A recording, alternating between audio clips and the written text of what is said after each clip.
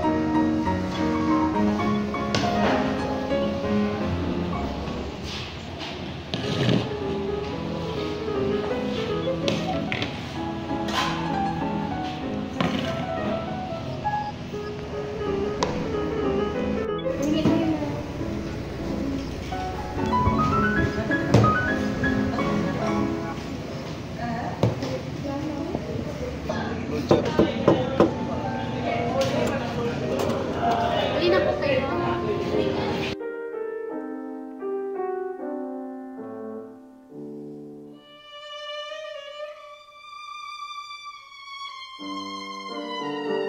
Dito na po kayo po.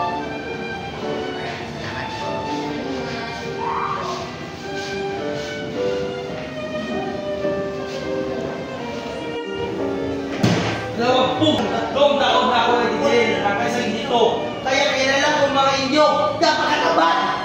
Pumanin, nagagagamit ka sa tangwas ang mga tutubok. Gaya ng sabi ng isang bumisita rito, ginagamit ating mga espalyagang paratang para may talo ang sarili nating katamaran. Pati na magangan sa mabuting patakaran sa mga kolonya. Huwag kayong bahala sa balagay ni Santiago. Isiya naman yung tubo. Wala siya na dito. Ano siya? Ano? Lahat ng kaguluhan dito ay bunga ng pagkampay ng pamalaan sa iri laban sa ministro ng Diyos. Bawiin niyo, Padre Damaso, ang inyong sinabi. Oy, paalam ko ito sa kanyang kamahalan bukas na bukas din. Ipahiram ko pa sa iyo ang aking karwahe.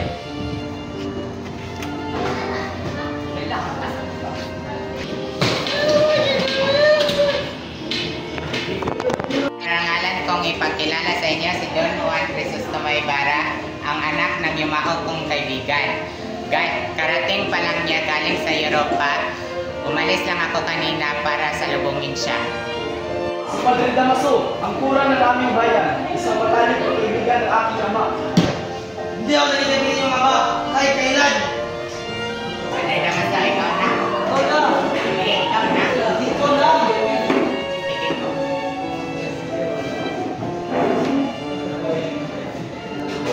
Santiago, hindi ba kayo sasabay sa amin? Hindi. Kayong lahat, huwag kayong tatayo.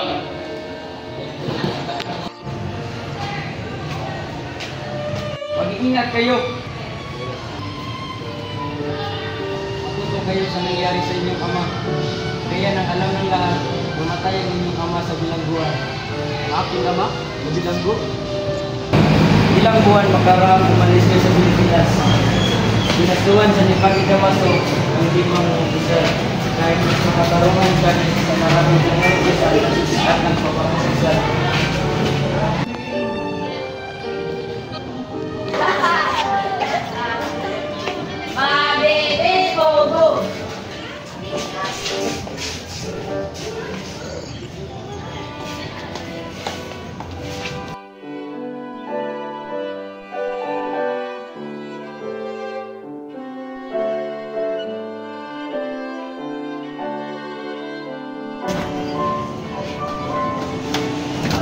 Kita nyo, yan ang kasamaan sa pagdala sa kabataan sa Europa.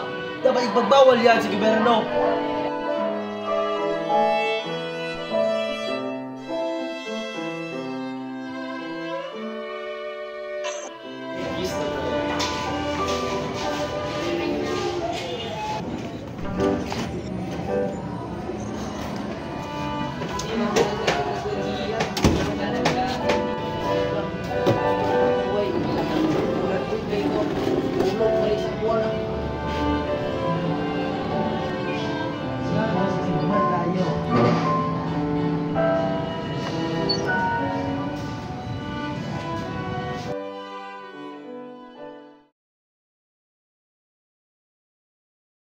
Marie Clara, tara na.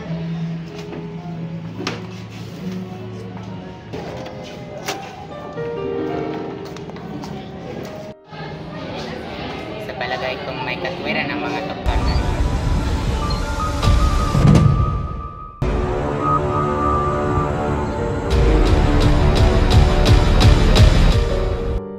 Saan pupunta?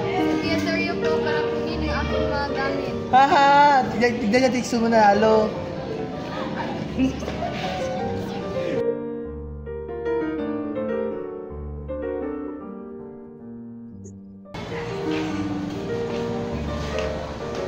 Gusto yata niyo yung maligo. Maligo, di masama. Yan ang kailangan natin lahat. Pero higit pa dyan, ang aking hinihintay, mga kidlat, 10 taon akong nakikiusap sa bawat bagong kapitan na bumili ng kaparatong panghuli ng kidlat. Di ba tinatamaan ng kidlat ang kapare sa binyang? May nagawa ba ang tuliling ni Santa Barbara? Jesus, Mariosip, mahal na Santa Barbara.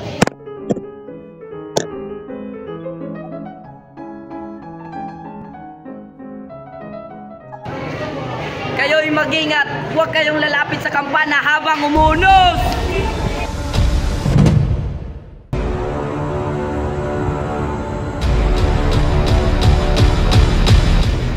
O, di saan naman galing kuya? Sabi mo po ba, papatayin na ba pag-iis ko pa nabalik yung diba? Umuwi ka na lang. Sabihin mo kay nanay miss kita ko. Na ayaw kong umuwi. Sabihin mo may sinungaling yung Kristang Mayor. Pati ang kurang naniniwala sa kanya. Sinabi pa niya masama ang tatay natin. Ikaw, Basilio, pumuntahan niya ng dalawang rin. Wala si Kumpas sa pagbanta mo ng kampana. At ikaw, Crispin, dito ka sa kumpento hanggang hindi mo insuli yung tinakaw mo.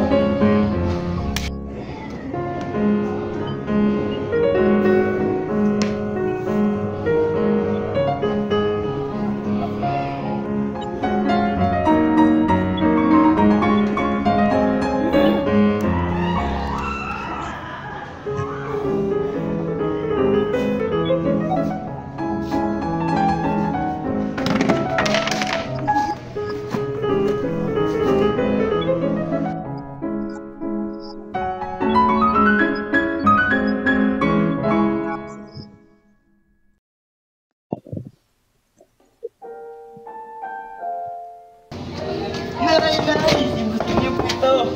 Gusto niyo po. Nay! Nay!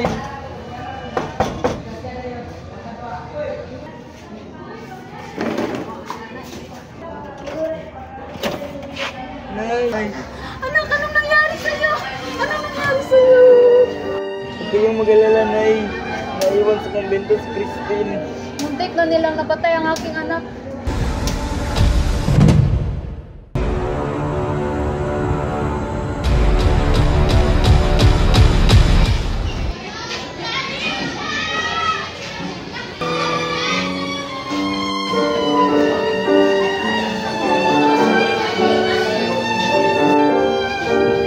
Magbuhaya sa ilalim ng dagat.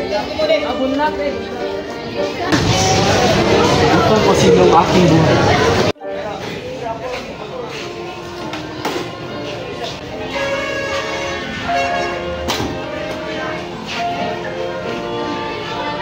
Sumusulat po ba kayo ng Jeronimo?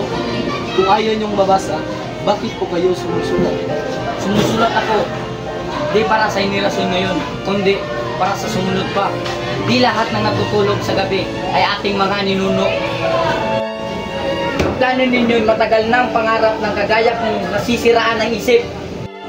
Dito, doon. Dapat natin tatapusin natin to agad.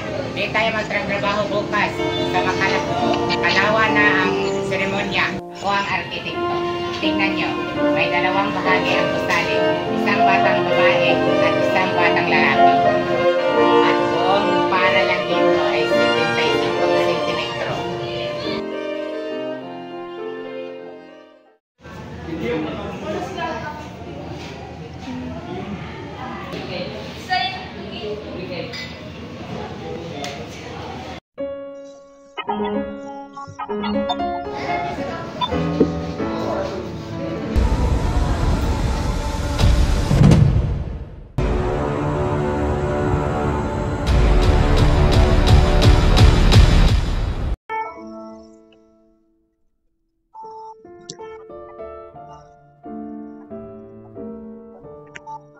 masamang simula. Iniligtas niyo ang buhay ko. Binayaran ko ng kaunti ang aking utang. Wala kayong dapat kilalaning utang na loob sa akin. Gayon man, may pag-iusap ako sa inyo. Pag tinanong na autoridad, huwag niyong sabihin kahit kanino na binigyan ko kayo ng babala. May mga kaaway kayo sa mababat na taas ng antas ng lipunan. May importante kayong proyekto, pero isipin niyo ang iyong nakalipas. Ang ama niyo, ang lolo niyo, pare-parehong nagkaroon ng mga kaaway dahil matindi kong magalit. Kilala ko ang isa sa namatay kanina. Nalaman ko ang masama niyang binabalak. Mag-ingat kayo alang-alang sa ating bayan.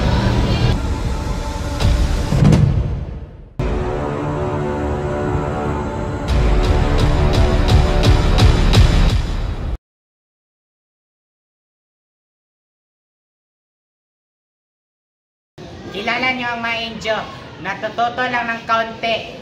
Doktor agad ang tingin niyo sa sarili. Lumayo kayo! Marangal ang aking ama!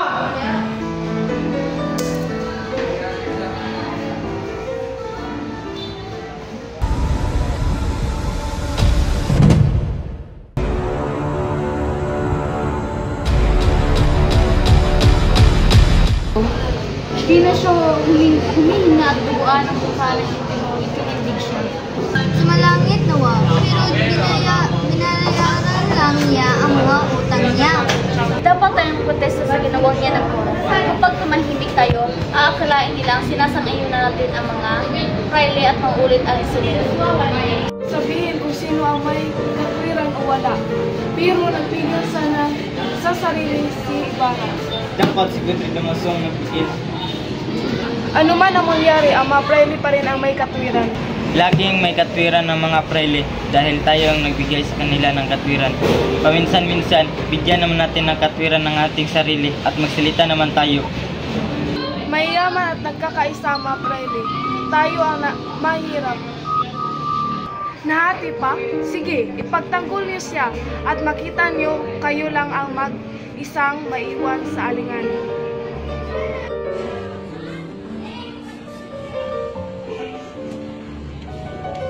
Huwag kang umiyak, anak. Hindi naman namatay si Padre Damaso. Inimatay lang.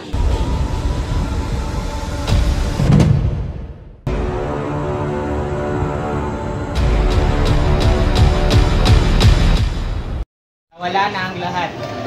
Inutos ni Padre Damaso na sirain ko ang pangako ko, kundi parusahan ako sa lupat at kabilang buhay. Pero may utang ako sa kanya na 50,000 na babayaran ko agad. Sinabi ko yan sa mga praile, pero sabi nila, alin ang gusto mo? Mawala ang iyo ang 50,000 o buhay mo at kaluluwa mo. Ay, San Antonio, kung alam ko lang, nakaiwas sana kayo na hindi ka nais-nais na pangyayari. Tungkol naman sa kaso nyo kay Padre Damaso, huwag kayong matakot o mapuot. Habang ako nagmamahal sa mga islang ko, di magagalaw kahit isang hibla ng iyong buhok. Tungkol sa yung pagkataksik sa simbahan, ako ang bahala na makipag-usap sa arsobispo. Alam nyo, kailangan natin makabigay ay sa mga gawain ginagawa rito. Kaiba ito sa liberal na peninsula at sa mga simpleng Europa. Dito din natin maaari inhayag ng pagtawanan ang mga bagay na iyan.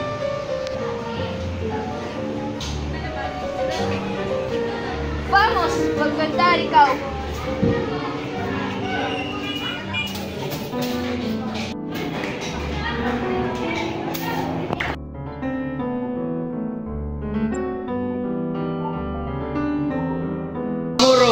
Hinahamon ko kayo na tatangayin nyo ang aking ama at pupugutan ko ang ulo nyo at ipadala sa buwan. Maria Clara!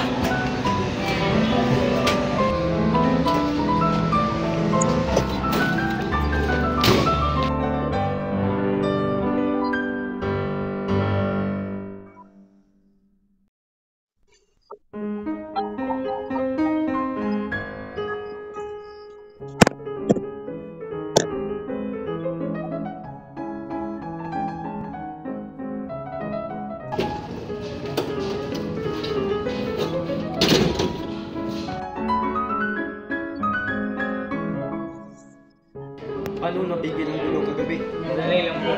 Ang namuno sa pagtanggol ay ang magkapatid na lalaki na may ama na namatay dahil sa pamamalo ng mga kotses.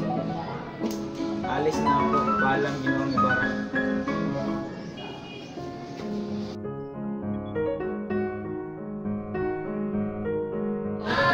Ilan ba ang kinaya sa kanyang kapatid? Alam ko mapukas ng kao na bilad sa aking ama sa init ng araw. Pwede ko ba niyo kapareho sa kanya? Pakilala ko sa inyo ang aming pinsan, si Don Alfonso Linares de Espadaña. Pagaling ka muna, Maria Clara.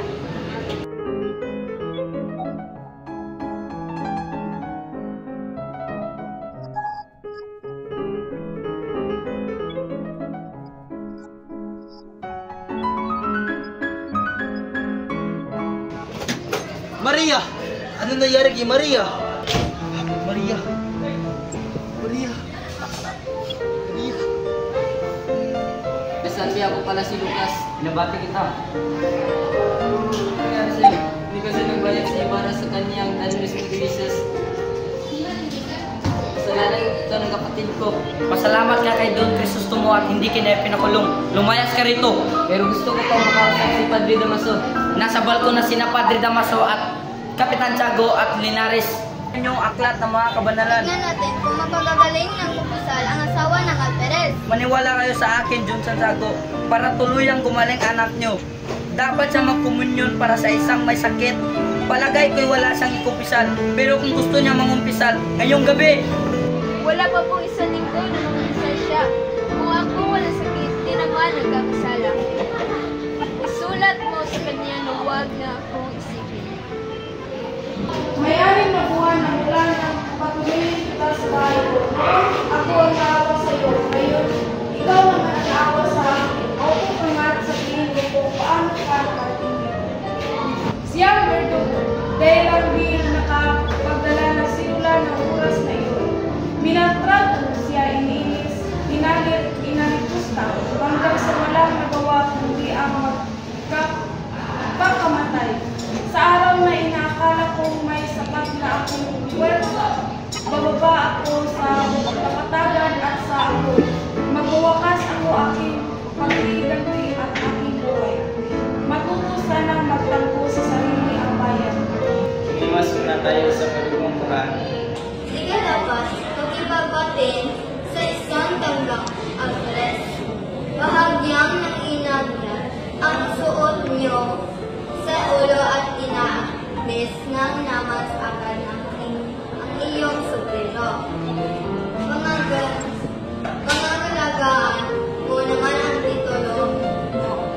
Pagsabihan mo mabuti ang asawa mo at ibili ng disenteng damit. Kung wala kayong pera, huwag nakaw kayo sa taong bayan. Tutal, may mga sundalo naman kayo. Senyora, pasalamat kayo hindi ko na palimutan babae kayo. Kundi nasipa ko na kayo, pati ang pulot at lason niyo.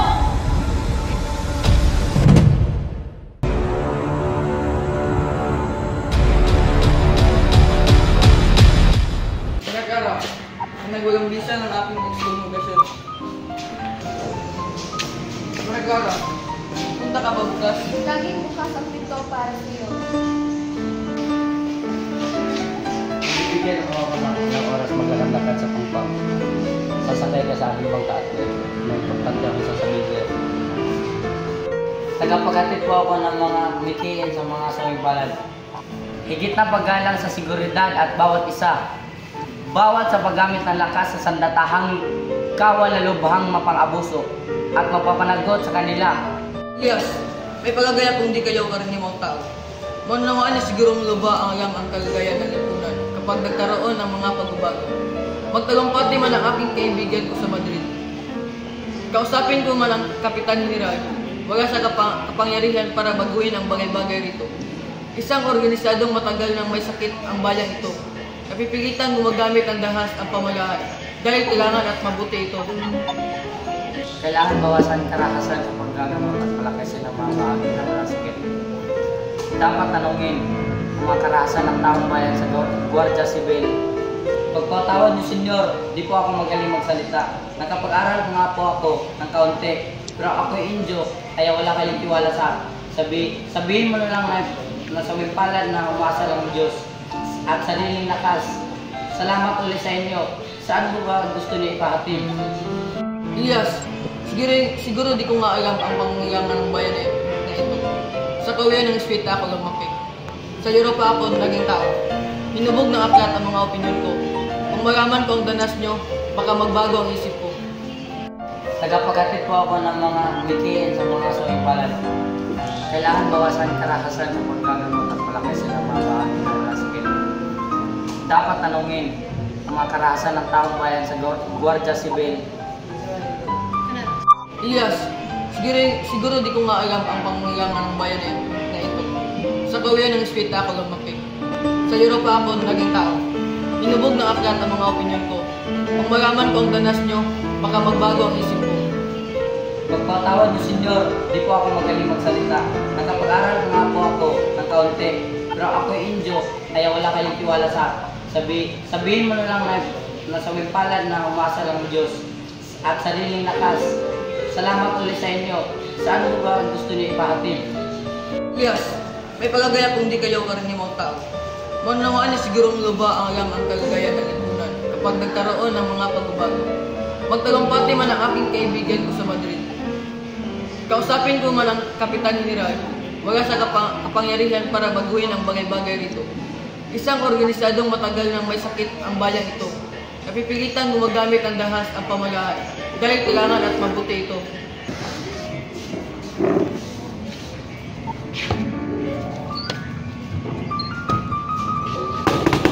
Buksan niyo ang pinto sa ngalan ng hari.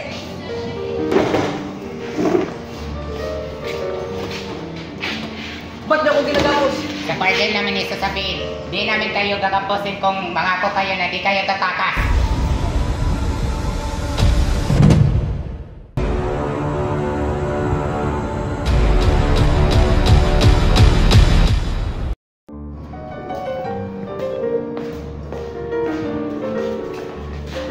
Senyor, sabihin ko po ang lahat ng ibig niyo. Ano ang pangalan mo? Ano sinto-sinto ko?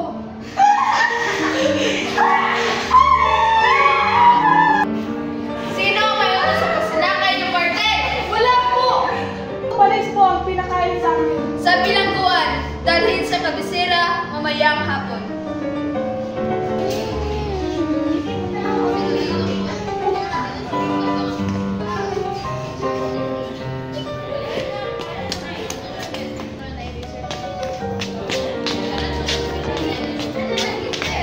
Inay! Inay! Ako po to, si Basilio! Saan po ako?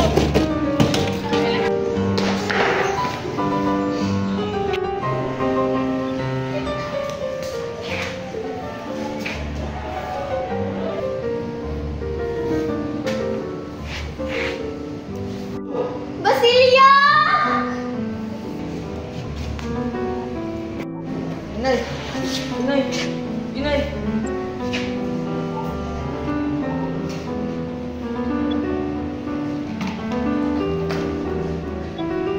Inay! Inay! Inay! Ikaw ba anak? Anong gagawin mo sa kanya?